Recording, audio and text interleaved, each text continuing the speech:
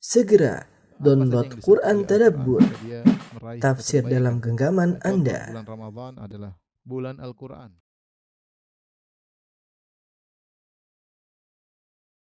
Bismillahirrahmanirrahim. Alhamdulillah. Alhamdulillahi ala ihsani wa syukru lahu ala taufiqihi wa amtinani. Asyhadu an la ilaha illallah wahdahu la syarika lahu ta'ziman li sya'nihi wa asyhadu anna Muhammadan abduhu wa rasuluhu da'ila ridwani. Allahumma salli alaihi wa ala alihi wa ashabihi wa ikhwani. Para jamaah Masjid As-Sunnah Bintaro yang dirahmati Allah Subhanahu wa taala, demikian juga para pemirsa dimanapun Anda berada. Kita masuk pada pembahasan pertama. Pada pekan lalu telah kita bahas muqaddimah, sekarang kita masuk pada pembahasan ahkamut thaharah dan insyaallah kita akan membahas tentang macam-macam air ya.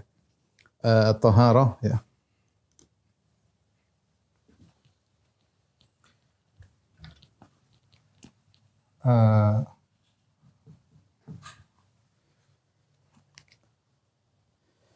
At-taharah secara bahasa, lughatan,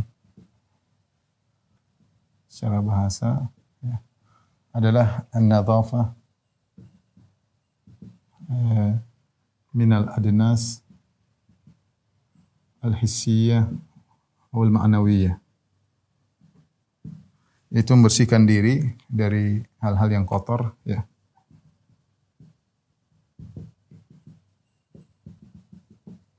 Dari hal-hal yang kotor, baik yang nampak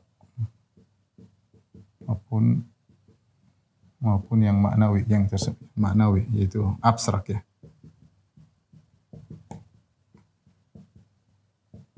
Secara bahasa ya, seorang berusaha membersihkan diri dari kotoran-kotoran itu namanya dia sedang bertoharah. Dari yang maknawi seperti hal-hal yang buruk, misalnya perangai yang buruk, sombongan, pelit dan macam-macam, itu namanya toharah. Adapun secara istilah,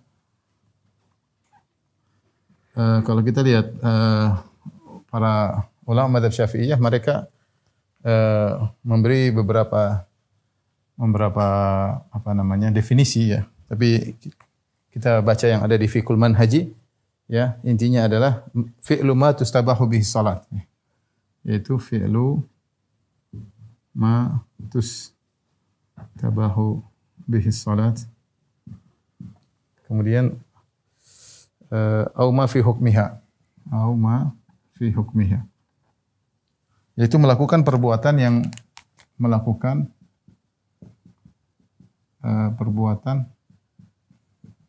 yang dengannya dibolehkan salat. Apa perbuatan tersebut? Perbuatan tersebut ya seperti wudu ya.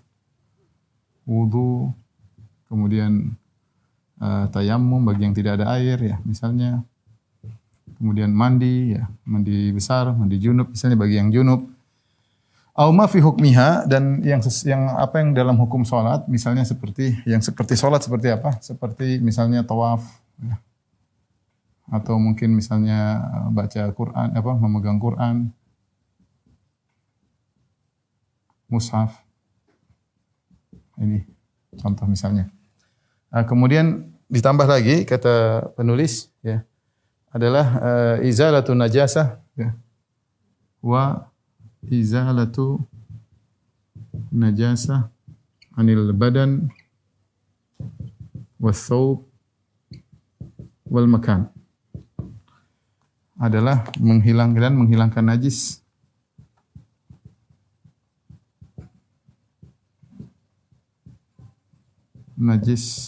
dari badan, pakaian dan tempat. Inilah definisi tohara menurut dalam kitab Al-Fiqh Al-Manhaji yang mencakup dua perkara. Yang satu adalah melakukan perbuatan dengan dibolehkan salat seperti wudu, tayammum, mandi ya.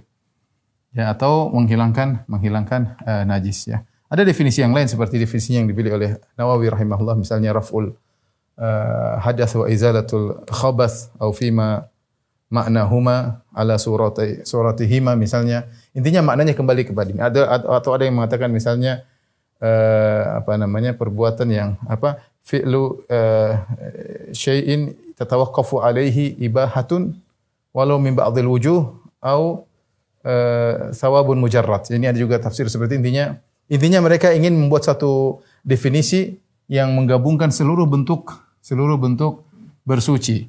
Karena bentuk bersuci tersebut ada yang wajib seperti mungkin mandi, tayamum dan wudu. Ada juga toharo yang sunnah, ya. Agar mencakup toharo yang sunnah supaya mencakup toharo yang sunnah juga. Makanya dikatakan au ma fi hukmiha, ya. Ada yang sunnah seperti contohnya seperti misalnya wudu sunnah atau tajdidul wudu, tajdid al wudu, memperbaharui wudu. Ini padahal kita tidak batal ya berbaharui, tapi sunnahnya kita berwudu lagi. Misalnya maghrib kita sudah wudu, kemudian adzan isya kita wudu lagi. Tidak ada hadas kita, tidak ada hadas, tapi kita wudu lagi. Ini disunahkan wudu yang kedua karena ada salat isya. Ini tidak ada hadas yang diangkat, tapi ini juga termasuk dari bentuk toharoh, sama seperti mandi sunnah ya. Seperti contohnya misalnya mandi Jumat misalnya kita enggak junub, tapi kita mandi. Enggak ada junub ya, tapi kita mandi sunnah. Ini juga termasuk daripada toharoh. Intinya mereka berusaha mencari definisi yang bisa mencakup seluruh bentuk toharoh, tapi dengan contoh kita bisa mudah memahami. Kita tidak terlalu penting dengan masalah definisi ya. Kalau kita mau kritiki definisi ini pasti ada yang bisa dikritiki. Tapi intinya maksudnya adalah toharoh adalah melakukan kegiatan yang berkaitan dengan mengangkat hadas atau yang semisalnya ya, dan juga menghilangkan najis. Baik, kalau kita bahas tentang toharoh,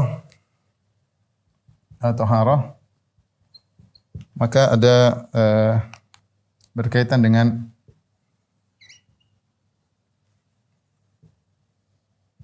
al-maqasid. Al-maqasid maksudnya tujuan atau macam-macam toharoh. Tujuan atau boleh kita katakan macam-macam toharoh. Biar gampang aja, macam-macam toharoh. Bagi saya yang penting para pemirsa bisa mengerti. Kemudian yang satu namanya al-wasail. Itu sarana-sarana untuk bersuci. Sarana-sarana atau untuk bersuci, untuk bertoharoh. Nah, berkaitan dengan maqasid ada 4 perkara. Apa sih macam-macam toharoh itu? Macam-macam toharoh itu ada namanya al-ghuslu, mandi. Ada namanya al-wudu, wudu. Ada namanya at-tayammum ya.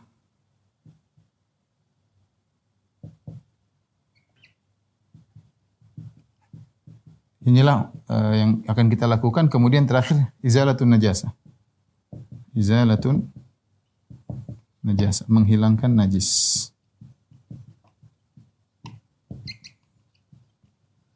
Sebagaimana tadi definisi yang disebutkan oleh para penulis kitab Al-Fiqhul Manhaji, kembali kepada 2. Ini mengenai apa yang membolehkan salat, berarti berkaitan dengan mandi, wudu dan tayamum. Kemudian berkaitan dengan apa yang menghilangkan najis ya, izalatun najasah. 4 ini namanya 4 tujuan ya. 1 2 3 4. Untuk melakukan ini semua ada namanya al-wasail. Kita mau mandi pakai apa? Mau wudu pakai apa? Mau tayammum pakai apa? Menghilangkan najis pakai apa? Itu namanya al-wasail. Wasailut toharoh, sarana-sarana untuk bertoharoh. Ini juga ada 4 ya. Secara umum ada 4, tentu ada yang mengatakan lebih daripada ini ya.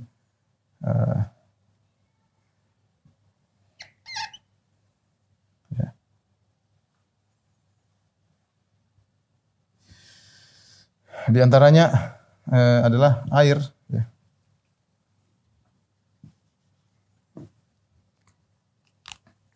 Satu, 2, 3, 4. Pertama adalah al-ma, air. Kemudian at-turab, tanah. Al-ma, kemudian tanah, kemudian hajarul istinja, batu untuk istinja. Kemudian terakhir ad-dabiq, alat semak, alat untuk menyemak kulit. Taib, ini namanya sarana untuk bersuci. Nah, kalau kita lihat air kita pakai spidol merah digunakan buat apa? Air buat mandi, jelas. Ya, air bisa buat mandi. Ya. Terus bisa buat apa lagi? Bisa buat wudu. Air juga buat wudu. Ya. Air juga bisa buat menghilangkan najis. Ini air. Jadi air yang paling tentunya adalah pembahasan pertama, ya, karena dia adalah alat bersuci yang paling diperlukan. Dia asal dia adalah asal dari alat bersuci adalah air. Kemudian turab, kalau tanah buat apa? Tanah buat tayamum, enggak buat mandi ya. Tayamum, ini tanah. Buat tayamum. Atau bisa juga untuk menghilangkan najis mughalladhah, seperti apa namanya? Seperti anjing ya. Kalau ada anjing, idza walagha al-kalbu fi ina'i ahadikum faghsiluhu sab'an ulahunna bit-turab. Ya, adalah ihdahunna bit-turab, ukhrahunna bit-turab, atsaminata bit-turab. Ya, kalau ada anjing yang walagha, yaitu menjulurkan lidahnya minum di bejana salah seorang dari kalian, maka cucilah 7 kali, salah satunya dengan tanah, atau yang pertamanya dengan tanah, atau yang terakhirnya dengan tanah. Intinya ada dengan tanah. Jadi digunakan untuk menghilangkan najis ya. Ini apa namanya? Najis anjing ya.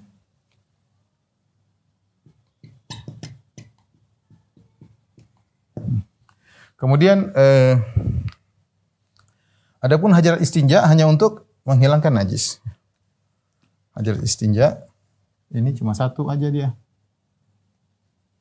untuk menghilangkan najis. Demikian juga dabik samak, ini juga cuma satu, untuk menghilangkan apa? Najis doang ya. Najis pada apa? Najis pada kulit yang tadinya bangkai dijadikan suci. Dijadikan suci ya. Maka ini semua menunjukkan bahwasanya alat untuk atau sarana untuk bersuci adalah pada asalnya adalah air ya. Pada asalnya adalah air untuk mandi, untuk wudu ya, untuk menghilangkan najis ya.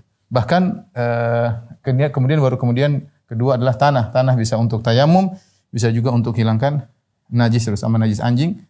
Ketika seorang juga mencuci bejana dari jilatan anjing ya, maka utamanya juga air. Bahwasanya tanah tersebut hanyalah syarat dalam mencuci harus pakai tanah, tapi utamanya juga tetap saja air, yang menjadikan bahwasanya alat pembersih utama adalah air. Kemudian batu untuk istinja, ini untuk menghilangkan najis ya dari dubur ya. Kemudian dabik, alat untuk menyamak kulit ya. Kulit, kalau kita bicara tentang mazhab Syafi'iyah, masalah kulit, ini istitrat aja ya, kulit. Kulit ada yang suci, hidup ataupun mati. Ini seperti apa? Contohnya ya apa namanya? Yang bangkainya, contohnya sucinya seperti apa? Jarat, belalang. Kalau ada kulitnya ya. Kulit ikan mungkin ya, ikan yang kulitnya tebal, ikan paus atau ikan apa ya. Kemudian hewan-hewan laut. Oh, mati, hidup, kulitnya apa namanya? Kemudian yang ketiga tentu diantaranya manusia, jelas ya. Kemudian hewan yang disembelih syar'i, secara syar'i, maka kulitnya suci, hidup maupun mati. Yang kedua adalah kulitnya najis, hidup maupun mati. hidup pun maupun mati. Ini adalah kalau mazhab Syafi'i adalah babi dan anjing ya. Ini tetap kulitnya akan najis, hidup maupun mati ya. Mereka berdalil dengan firman Allah Subhanahu wa taala, "Allah ma khinzirin fa innahu rijis." Kata Allah Subhanahu wa taala, "Au lahma khinzirin fa innahu rijis." Atau daging babi maka dia adalah rijis, dia adalah najis sehingga adalah najis aini, kemudian anjing dikiaskan dengan babi. Kemudian ada yang najis ya, ketika hidup suci, kemudian mati najis. Siapa ini? Ini adalah bangkai hewan yang boleh dimakan tapi tidak disembelih dengan syar'i, tidak disembelih dengan syar'i. Ya. Hidup suci, mati najis ya. Ini bisa disamak ya, seperti contohnya sepertinya kambing misal, jadi bangkai kambing, jadi bangkai, kemudian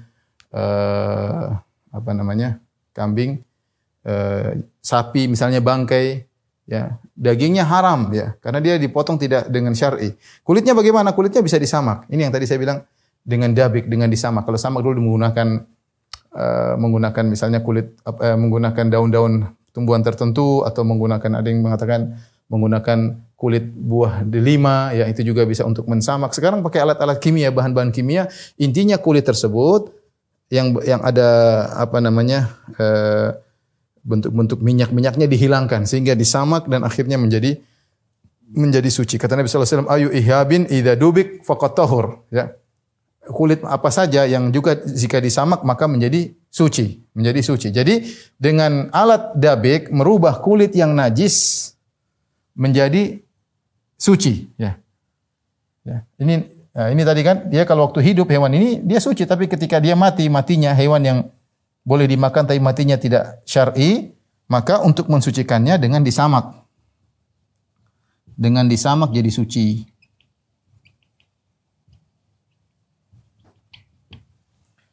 Nah, kemudian juga kalau kita kembali kepada mazhab Syafi'i, demikian juga termasuk ya, mungkin kita bisa tambahkan yang keempat, yaitu yang hidupnya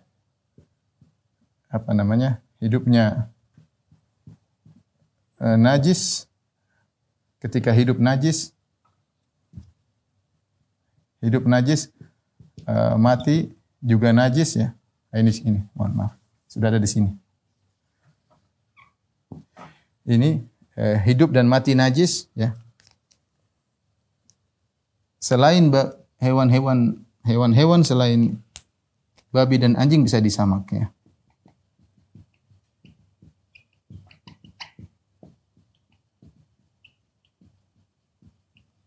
Suci dengan disamak. Ini menurut mazhab Syafi'i. Jadi misalnya ada himar kan tidak boleh dimakan, keledai negeri tidak boleh dimakan, najis ya. Tapi menurut mazhab Syafi'i kalau disamak jadi suci. Yang tidak boleh cuma babi dan anjing. Jadi yang bisa disamak ada dua model, yaitu hewan yang boleh dimakan tapi mati dengan cara bangkai maka disamak jadi suci, atau demikian juga hewan-hewan selain babi dan anjing, termasuk mungkin serigala atau yang lainnya, saya wallahu alam, yang penting mereka menyebutkan hanya babi dan anjing yang tidak bisa disamak. Selain itu bisa disamak kemudian menjadi suci. Ini adalah alat untuk bertoharah. Jadi kita ulangi, ada air, ada tanah, ada batu untuk beristinja, ada dabik, alat untuk menyemak kulit, dan dabik ini untuk menghilangkan najis, diantaranya najis yang ada di kulit dengan disamak kemudian menjadi suci sehingga bisa dipakai. Ada disebutkan juga yang kelima, kalau kita boleh tambahkan, disebutkan oleh sebagian ulama Syafi'i ya. Yang kelima adalah al-istihalah ya. Al-istihalah. Al-istihalah atau al-inqilab. Mereka bilang juga al-inqilab. Ini tentu ada khilaf. Ulama Syafi'iyah hanya membolehkan ya. Membolehkan pada misalnya khamar yang berubah dengan sendirinya jadi cuka. Ya, khamar adalah najis menurut 4 mazhab, di antaranya mazhab Syafi'i, khamar adalah najis. Ketika dia mengalami perubahan sendiri menjadi cuka, ini namanya istihala atau inqilab, berubah. Ada proses kimia, entah proses apa, kemudian berubah menjadi cuka. Cuka halal. Kalau dia berubah dengan sendiri, maka ulama sepakat ya atau 4 mazhab sepakat bahwasanya hukumnya halal. Yang khilaf kalau sengaja dirubah dari khamar menjadi cuka. Dari khamar menjadi cuka. Kalau khamar menjadi cuka, maka ini apa yang buat dia berubah jadi najis menjadi apa namanya? Menjadi halal ya, dengan proses, bukan dengan air, bukan dengan tanah, bukan dengan hajar istinja, bukan dengan ini, tapi dengan metode sendiri namanya istihalah. Sama seperti misalnya darah menjadi darah rusa menjadi misik. Kita tahu bahwasanya rusa ada semacam urat di sini di perutnya, kemudian di situ berkumpullah darah di situ, kemudian lama-lama mengalami proses sampai akhirnya lepas. Darah tersebut sudah berubah menjadi misik. Kalau dibuka menjadi harum sehingga dibuat menjadi minyak kasturi atau minyak misik. Menurut mazhab namanya darah adalah najis. Darah tersebut dari najis berubah menjadi misik, itu namanya prosesnya adalah istihalah ya. Namanya istihalah. Adapun istihalah di luar daripada itu, kalau ada najis aini berubah mengalami proses, maka mazhab Syafi'i tidak memandang adanya istihalah. Mazhab Syafi'i memandang tidak adanya istihalah. Mereka membatasi istihalah pada perkara-perkara tertentu saja. Taib, ini secara umum tentang taharah. Habis ini kita akan bahas tentang macam-macam air, insyaallah taala.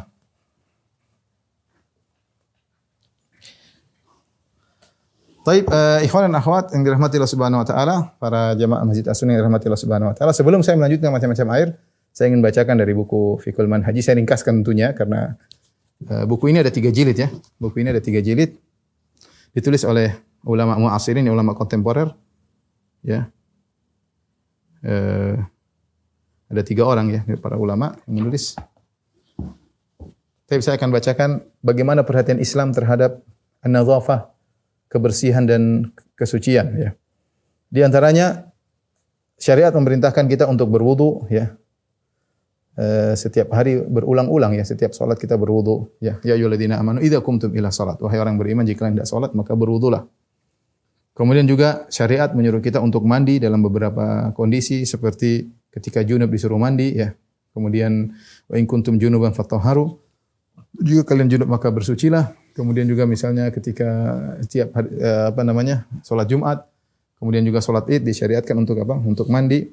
Kemudian juga syariat memerintahkan untuk memotong kuku, membersihkan gigi, untuk siwak ya. Untuk membersihkan baju, Rasulullah SAW mengatakan khamsun minal fitrah. 5 perkara dari fitrah. Al-khitan, ini juga kebersihan, itu sunat. Wal istihdad, istihdad yaitu mencukur bulu kemaluan. Wa natful ibit, mencabut bulu ketiak. Wa taqlimul adhafir, memotong kuku. Wa qassus syarib, kemudian mencukur kumis ya misalnya. Ini contoh perhatian Islam terhadap toharah dan cinta akan kesucian ya. Dan Rasulullah pernah bersabda at-tuhuru syatrul iman, bahwasanya bersuci itu setengah daripada keimanan.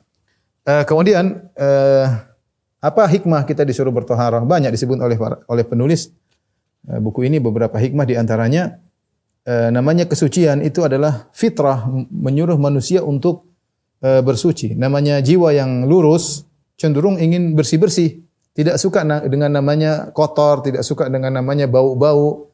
Itu fitrah manusia dan Islam adalah agama fitrah. Islam adalah agama fitrah. Kemudian yang kedua, di antara hikmah dari bersuci adalah menjaga kemuliaan seorang muslim dan izzahnya ya.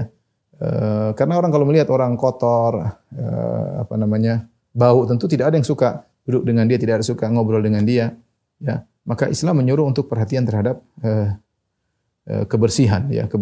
Rasulullah SAW aja disebutkan apa? Karena yashtaddu alaihi an yujada min hurih. Rasulullah SAW merasa berat kalau dicium darinya bau yang tidak enak ya. Bahkan Rasulullah SAW ketika ingin menikah dengan seorang wanita, Rasulullah SAW mengirim Ummu Sulaim untuk mengecek wanita tersebut. Kata Nabi SAW, "Syummi awaridhaha." Kata Nabi kepada Ummu Sulaim radhiyallahu anha, cium bagian daerah mulutnya ya. Ya, agar namanya tidak enak. Rasulullah tidak suka yang bau-bau ya.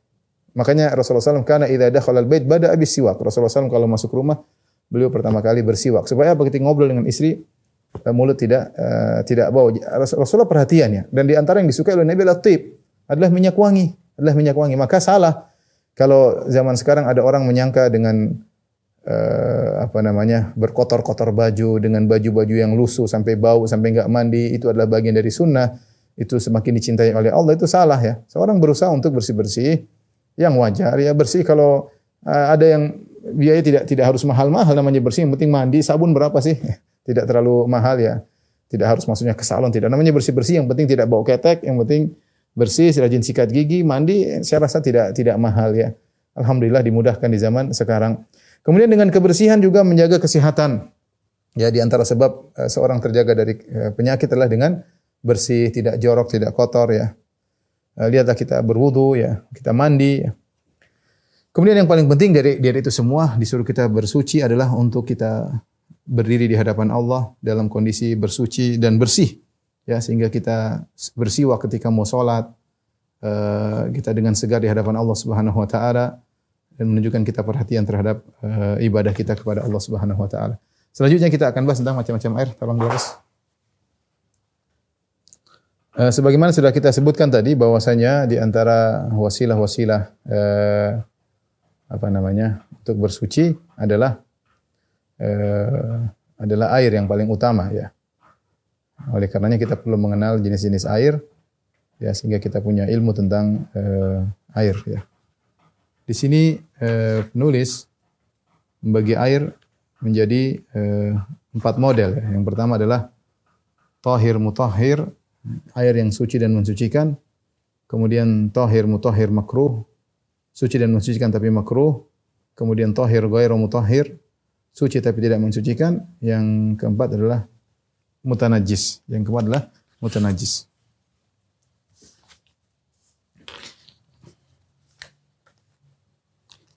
Anwa'ul ma'.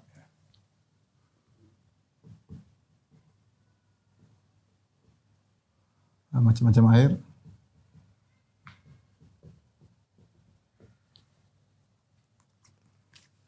Yang pertama adalah tahur, yaitu tahirun wa mutahhirun. Tahur maksudnya suci dan mensucikan. Suci, mensucikan. Apa maknanya suci mensucikan? Suci artinya zatnya tidak najis. Maksudnya suci ini tidak najis. Tidak najis zatnya. Kemudian mensucikan yaitu bisa untuk mengangkat hadas atau menghilangkan najis.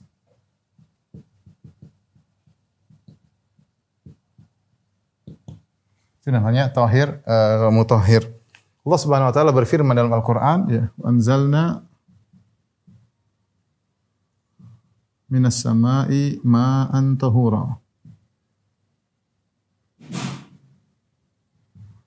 Kata Allah, kami turunkan dari langit air yang tahur.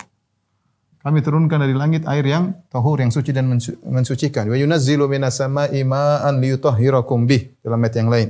Kami turunkan dari langit air yang untuk mensucikan kalian. Jadi air itu suci dan mensucikan.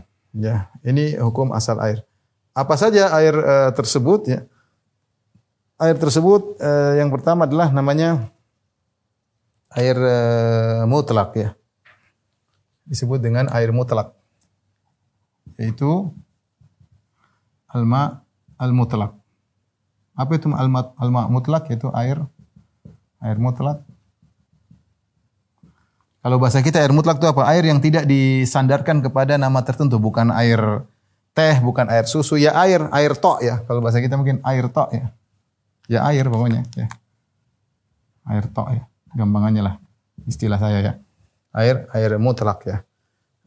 Artinya kalau kita suruh orang datang air, dia akan datangkan air, kita bilang ini benar air. Tapi kalau kita bilang tolong ambilkan saya air, kemudian dia datang bawa susu, dia bilang ini bukan air, ini namanya susu. Dia datangkan kepada saya teh, dia bilang ini bukan air, namanya teh. Yang namanya air mutlak adalah air yang air dari sananya ya. Yaitu al-baqi ala asli khilqatihi ya. Kalau para ulama mengatakan yang tetap pada asal penciptaannya. Gampangannya mak mutlak itu ada, yaitu apa? Mak mutlak itu air yang turun dari langit. Maksudnya air hujan. Ya. Ditambah lagi misalnya salju, barat ya, dan yang lain-lain ya. Yang turun dari langit, mau hujan atau salju dan lain-lainnya. Kemudian air dari tanah. Seperti air sumur, ya. Air sungai, kemudian danau, mata air, kemudian termasuk air laut, termasuk air laut ya. Ini disebut dengan al-ma al-mutlaq. Jadi tidak disandarkan kepada nama yang lain. Nah, air-air inilah yang bisa digunakan untuk berwudu ya.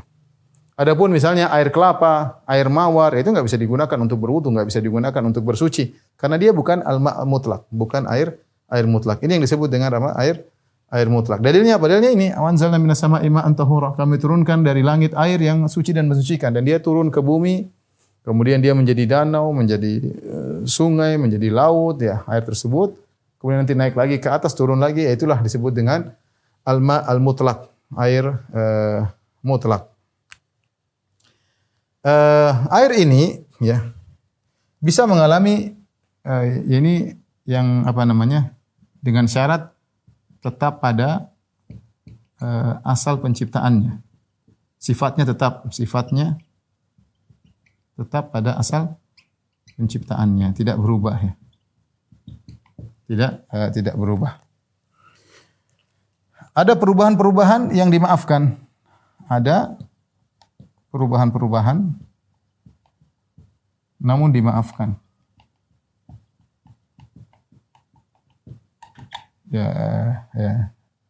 Seperti apa? Seperti misalnya disebutkan oleh penulis di sini, seperti dia berubah bituli muksin, ya.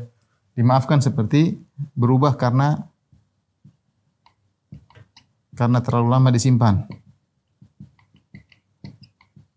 Misalnya seseorang menampung air, kemudian taruh di tempat, lama-lama airnya mulai ada berubah baunya, ya. Misalnya ini tidak jadi masalah. Kemudian misalnya berubah karena tercampur, ya. Berubah karena tercampur tanah. Ada tanah banyak, jadi airnya jadi keruh. Jadi keruh misalnya. Ini tidak jadi masalah karena berubah perubahan tersebut tidak mengapa, dan tanah juga suci dan mensucikan ya. Kemudian di antaranya misalnya berubah karena banyak lemut ya. Banyak lumut ya. Menjadi hijau misalnya. Ini juga tidak jadi masalah, atau misalnya kejatuhan daun-daun, dedaunan. Perubahan-perubahan ini ya mungkin saja berubah warna, rasa dan bau, tapi tidak mengeluarkan status air dari air mutlak. Ini semua tetap dinamakan dengan air mutlak. Tetap dinamakan air mutlak. Sehingga boleh dipakai untuk berwudu, untuk mandi, enggak ada masalah meskipun mungkin berubah. Kenapa? Karena ya syukkut taharruzu minhu, sulit untuk lepas dari yang seperti ini. Ya, dan kaidah mengatakan al-masyaqqatu tajlibu taisir, kesulitan mendatangkan kemudahan. Maka para ulama mengatakan ini enggak ada masalah. Ya, misalnya ada perubahan-perubahan tersebut enggak jadi masalah. Kalau kita perhatikan air turun dari langit, baik air hujan atau salju atau air tanah, sumur, semua ini rata-rata tawar. Yang beda sendiri cuma laut ya. Laut ini asin. Makanya ada hadis khusus tentang air laut. Ya. Dia adalah air mutlak juga, cuma dia ada asin, beda dengan yang lainnya. Ya. Makanya dalam hadis Abu Hurairah, para sahabat bertanya, Ya Rasulullah, inna narkabul bahra wa nahmilu ma'ana al-qalila minal ma' fa in tawadda'na bihi atishna afanatawadda'u bima'il bahr. Ya Rasulullah, kami berlabuh di lautan dan kami hanya membawa bekal air sedikit, maksudnya air minum. Kalau kami berwudu dengan air tersebut, kami akan kehausan. Kenapa mereka bertanya tentang air laut? Karena air laut beda sendiri memang. Air laut memang beda dengan air lainnya. Dia asin ya, dia asin. Maka mereka bertanya, boleh enggak berwudu dengan air laut? Kata Nabi sallallahu alaihi wasallam, "Huwa tahuru ma'uhu al-hillu maitatuhu." Air laut itu juga suci dan mensucikan. Tidak ada bedanya dengan air hujan, tidak ada bedanya dengan air sumur, air danau. Suci dan mensucikan. Boleh untuk wudu, boleh untuk mandi junub, boleh untuk bersuci. Ini adalah pertama suci dan mensucikan. Yang kedua disebutkan dalam buku adalah tahur makruh. Tahur makruh. Sama, suci mensucikan tapi makruh. Suci mensucikan namun makruh. Apa air tersebut? Disebutkan dalam buku ini ya. Disebut dengan al-ma' al-musyammas ya. Disebut dengan al-ma' al-musyammas. Yaitu air yang dipanaskan di bawah terik matahari.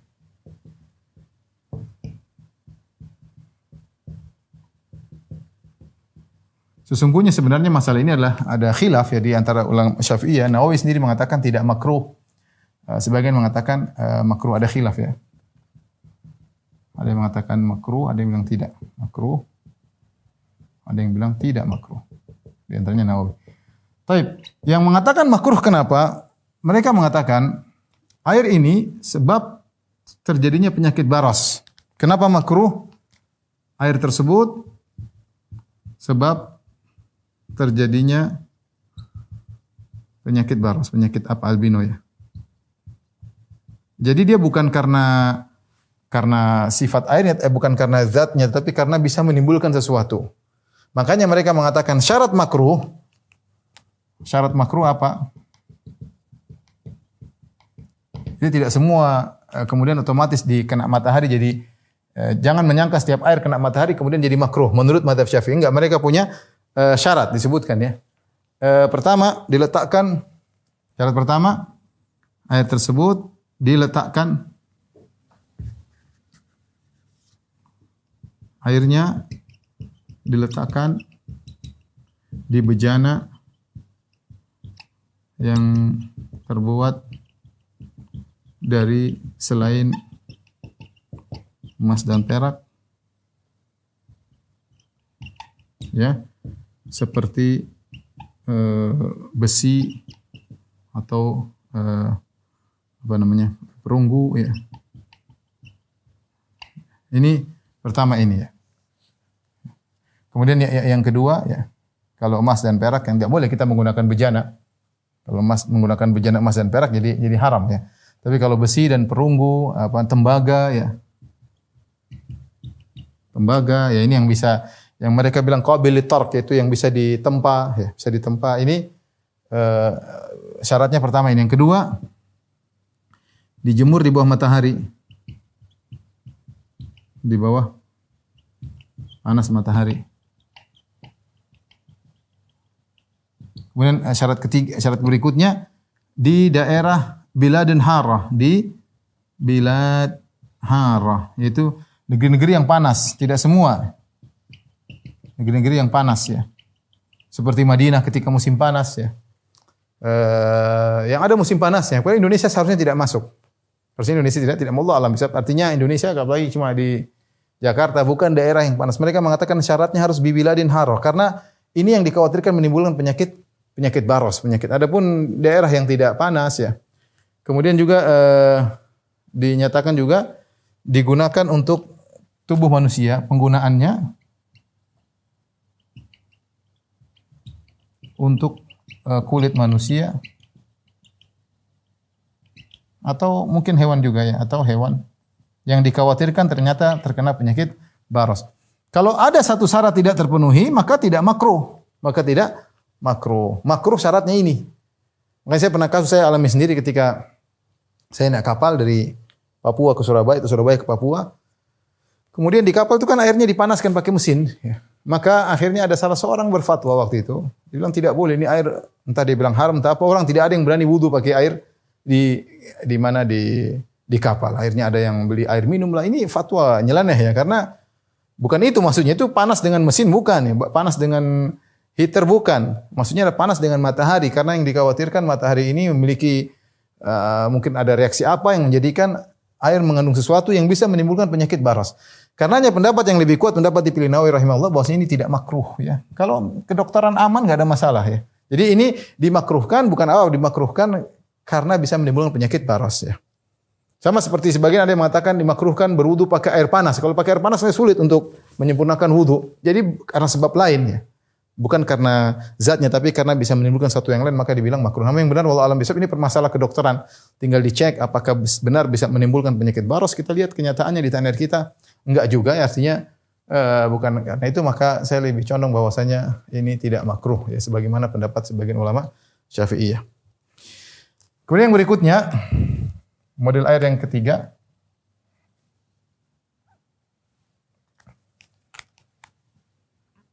adalah ma'un tahir ghairu mutahhir. Suci namun tidak mensucikan. Kok bisa suci namun tidak mensucikan? Ya, ini di ulama Syafi'iyah menyebutkan ada dua model ya. Dua model air yang seperti ini. Yang pertama adalah air mutlak yang tercampur sesuatu yang tahir, suci, namun merubah namanya, mengeluarkan namanya dari nama air mutlak, namun mengeluarkan namanya dari air mutlak. Contohnya banyak, ini gampang ya. Contohnya seperti apa? Contohnya misalnya air apa? Kopi susu misalnya. Ini sudah berubah ya. Es campur ya, misalnya. Ya. Jadi es campur sudah bukan lagi air mutlak, sudah berubah dia. Ada misalnya kecampur sabun yang sangat banyak ya. Sabun yang sangat banyak sehingga hilang sifat airnya, berubah menjadi sifat sabun misalnya. Ya, ini namanya, ini semua merubah air tadi jadi air susu, jadi air teh, jadi air kopi ya, atau jadi air sabun. Ketika berubah namanya, maka berubahlah statusnya, bukan lagi jadi air mutlak, maka berubah menjadi air al-muqayyad ya, al-ma al-muqayyad. Al-ma' muqayyad itu maksudnya sudah ada nama barunya ya. Sudah ada nama barunya. Ini tidak bisa dipakai, dia suci, dia bukan najis, tapi tidak boleh berwudu pakai air teh, tidak boleh berwudu pakai apa namanya air es campur, nggak boleh berwudu pakai air susu, nggak boleh. Tadi kalau airnya saja boleh, tapi ketika sudah bercampur berubah namanya menjadi air muqayyad, maka tidak boleh lagi. Kemudian yang kedua namanya al-ma' al-musta'mal. Al-ma' al-musta'mal. Air yang sudah dipakai. Dipakai buat bersuci.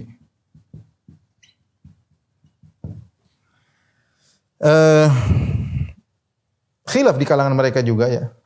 Sebagian mengatakan air musta'mal seperti disampaikan oleh, saya tadi baru baca, disampaikan oleh Al-Mawardi dalam kitab Al-Hawi Al-Kabir. Jilid 1 tadi saya kalau enggak salah halaman 249 atau 294 saya lupa. Dia menyebut tentang khilaf. Ada yang meriwayatkan dari Imam Syafi'i bahwasanya al-ma' al-musta'mal hukumnya adalah suci dan mensucikan. Ada yang mengatakan tidak, hanya suci tapi tidak mensucikan. Apa itu al-ma' al-musta'mal? Yaitu syaratnya dikatakan al-ma' al-musta'mal, dikatakan air musta'mal jika memenuhi persyaratan berikut.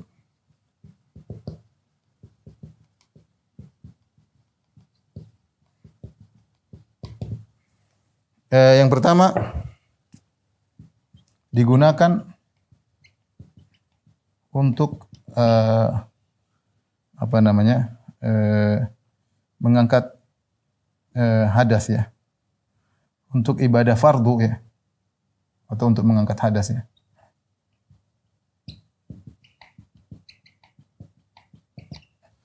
Yang kedua, airnya sedikit.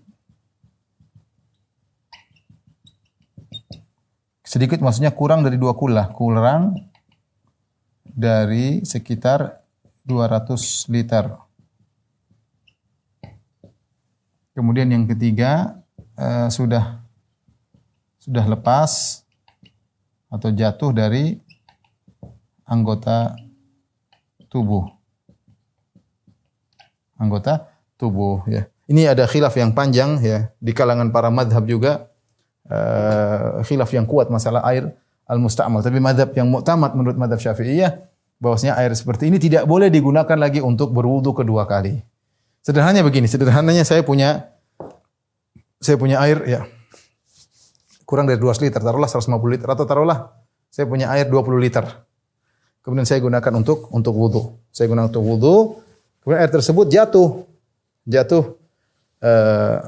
dikumpulkan sedikit airnya sedikit ya. Cuma jatuh cuma 1 liter, cuma 2 liter, cuma 5 liter, cuma 10 liter. Maka air tersebut sudah tidak boleh digunakan lagi oleh orang lain untuk berwudu. Kenapa? Karena ini sudah musta'mal, sudah digunakan untuk mengangkat hadas ya. Yang kedua airnya sedikit ya. Yang ketiga sudah lepas dari anggota tubuh. Kenapa mereka mensyaratkan syarat yang ketiga? Karena sebagian ulama di antaranya ulama Malikiyah mengatakan kalau kamu berwudu, kamu taruh air sini, bukankah ketika kamu jalankan air ke bawah berarti sudah musta'mal menggunakan bagian atas tangan kemudian kau gunakan untuk bawah, berarti ini musta'mal melulu. Sehingga akhirnya ulama Syafi'iyah mengatakan tidak, maksud kami musta'mal bukan begitu. Maksudnya airnya sudah jatuh dari badan. Kalau sebelum jatuh dari badan mau diputar-putar 10 kali enggak ada masalah. Tapi kalau sudah keluar dari badan jatuh ke bawah itulah al-ma' al-musta'mal. Ya, tentunya ada khilaf masalah ini meskipun saya lebih condong bahwasanya pendapat ini perlu diperhatikan kembali, apalagi ada kaul dari mazhab Syafi'iyah mengatakan tidak mengapa. Tapi inilah beda halnya misalnya kita berwudu dari air yang banyak. Kita punya kolam renang misalnya. Kolam renang kita keluar wudu airnya jatuh lagi enggak ada masalah karena airnya banyak. Airnya banyak. Atau kita punya misalnya bak di rumah yang lebih dari 200 liter. Taruhlah kita mandi junub, kita masuk keluar lagi, dipakai lagi boleh karena lebih dari 200 liter. Enggak ada masalah. Bukan ma'al musta'mal. Ma'al musta'mal itu airnya harus kurang daripada 200 liter.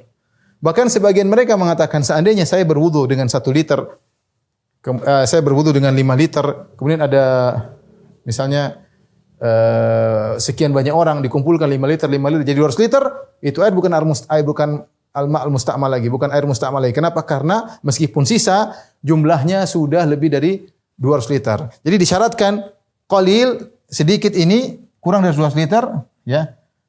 Pertama dan akhir. Pertama dan akhir harus kurang dari 200 liter. Adapun kalau pertamanya kurang dari 200 liter, misalnya saya berwudu, terus air jatuh 10 liter banyak. Tapi saya gabungkan dengan air musta'mal yang lain sehingga totalnya 210 liter, sudah tidak jadi musta'mal lagi. Tidak jadi musta'mal lagi. Ini pendapat mazhab Syafi'i yang mu'tamad di kalangan mereka. Tapi yang ketiga atau yang keempat, al-ma' al-mutanajjis ya. Ma'un mutanajjis atau mutanajjis saja.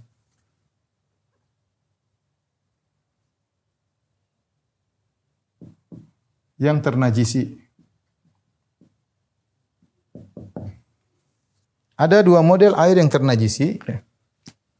Yang pertama, air yang kurang dari 2 kullah. Air sedikit. Selalu sedikit kadarnya apa? Kurang dari 2 kullah. Kurang dari 2 kullah. 2 kullah itu apa? 200 liter.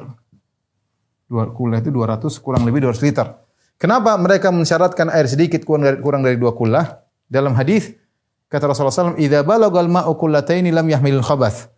Kalau air sudah mencapai 2 kullah tidak akan terkena najis. Ini hadis ditanyakan kepada Nabi tentang sahabat yang mereka masuk ke mungkin ke hutan kemana, mereka mendapati ada genangan air yang khawatir didatangi oleh binatang-binatang buas. Binatang buas mungkin minum di situ, mulut mereka ternajisi karena makan bangkai dan macam-macamnya. Maka mereka tanya sama Nabi, "Ya Rasulullah, bagaimana air-air seperti itu?" Maka Rasulullah kasih kaidah, "Idza balagal ma'u qullatan lam yahmil khabath." Kalau air sudah mencapai 2 kullah itu tidak mengapa meskipun ada singa yang minum di situ atau apakah ada najis masuk situ, maka tidak jadi masalah. Ya. Dari situ para ulama Syafi'iyah rahimahumullah mengambil namanya mafhum mukhalafah, berarti kalau air yang kurang dari 2 kullah, yaitu kurang dari 200 liter kurang lebih, jika terkena najis otomatis menjadi najis. Otomatis menjadi najis, ya. Jadi karena mereka berdalil dengan mafhum mukhalafah, kebalikan dari hadis tersebut. Saya ulangi hadisnya, kata Nabi, "Idza balagal ma'u qullatan lam yahmil khabath." Kalau air sudah mencapai 2 kullah sekitar 200 liter, ada najis yang masuk selama tidak merubah rasa, warna dan bau, maka air tersebut tidak dianggap najis. Berarti kebalikannya apa? Kebalikannya kalau kurang dari 2 kullah terkena najis otomatis najis. Sehingga air yang kurang dari 2 kullah ini, ya, jika ada najis yang masuk, maka air otomatis najis. Meski tidak berubah warna, rasa, dan bau. Ya, ingat ya, ini kecampur najis, bukan kecampur suatu yang suci. Kalau kita tadi katakan ini ada tahir ghair mutahhir, suci namun tidak mensucikan. Ini air mutlak kecampur dengan barang-barang yang suci, sabun, es campur, ya, mangga, gitu. Ini lain. Kalau ini kecampur najis. Gampangannya gini lah. Ada ember di rumah paling 20 liter paling banyak atau ke 10 liter. Tahu-tahu ada anak kita masukin kencing sedikit, misalnya 2 tetes, 3 tetes, langsung najis otomatis. Selama najis itu kita lihat, beda kalau kita nggak lihat, ternyata kencingnya sangat tipis, nggak kelihatan, keciprat nggak kelihatan, nggak ada hukumnya, dimaafkan. Tapi kalau kita benar ada 1 tetes dia masukkan, karena ini kurang dari 200 liter, otomatis jadi najis. Meskipun ketika masuk melebur tidak ada apa-apanya, tidak berubah sama sekali. Ya, menurut mazhab Syafi'i itu menjadi najis karena dia kurang dari 2 kullah dan otomatis terkena najis. Tidak perlu melihat perubahan, maka otomatis jadi najis. Lain halnya kalau air banyak dalam kurung lebih dari 200 liter. Maka hanya jadi najis, hanya jadi ternajisi. Ingat ya, ini bukan, makanya tidak ada katakan ma'un najis, tapi ma'un mutanajis. Karena air secara zatnya dia bukan najis. Dia bukan secara zatnya najis, maka dia air ternajisi. Ya, dia ternajisi jika terkena najis dan merubah salah satu dari 3 sifat. Apa salah satunya? Yaitu rasa atau warna atau bau. Rasa, warna, dan bau. Ya. Misalnya ada air lumayan, misalnya bukan 200 liter sampai 1000 liter. Bukan 200 liter, 1000 liter. Tapi tahu kemasukan tikus 4 ekor. Bangkai, berubah baunya, sudah air najis berarti. Air najis. Kenapa? Karena sudah berubah. Kalau belum berubah, belum najis, berarti belum ternajisi. Kalau sudah sampai berubah, bau sudah enggak enak, ini sudah. Atau warnanya berubah. Kalau tidak berubah, misalnya ada kolam renang luas, tahu-tahu kemasukan misalnya tikus kecil. Tapi tidak bau. Kolam tidak bau, tikusnya di ujung sana enggak bau, enggak apa-apa. Berarti belum najis. Tidak bau, tidak berubah warna, tidak berubah rasa, ya berarti ini tidak najis ya. Karena airnya banyak. Tapi kalau airnya sedikit, maka otomatis najis ya. Ini mereka berdalil dengan mafhum, ini juga permasalahan panjang lebar di kalangan para ulama. Saya tidak ingin perdebatkan di masalah sekarang, meskipun saya sendiri lebih cenderung bahwasanya pendapat ini saya kurang setuju, tapi ini masalah mazhab Syafi'i demikian, yang mu'tamad menurut mazhab Syafi'i demikian. Kita perlu mengenal mazhab mereka ya. Seperti inilah. Jadi menurut mereka, dan ini banyak ulama yang berpendapat demikian, membagi air menjadi air banyak dan air sedikit. Masalah khilafiyah kita berlapang dada, tidak perlu di ngotot-ngototan, masing-masing punya dalil dan semuanya ada dalilnya. Ya ini juga mereka punya dalil. Cuma kalau saya mau bahas akan panjang lebar, kita perlu mengenal secara cepat tentang mazhab Syafi'i. Mudah-mudahan kita bisa melewati pembahasan-bahasan fikih ya secara lengkap. Wallahu a'lam bishawab, mungkin sampai di sini saja. Ingin saya sampaikan tentang macam-macam air, insyaallah pekan depan kita lanjutkan tentang babul awani biiznillah taala. Wallahu a'lam bishawab, demikian saja apa yang saya sampaikan, kurang lebihnya saya mohon maaf. Insyaallah kita lanjutkan pekan depan kepada para jamaah Masjid As-Sunnah Bintaro. Mudah-mudahan kita bisa lanjutkan lagi pekan depan. Wabillahi taufiq wal hidayah. Assalamualaikum warahmatullahi wabarakatuh.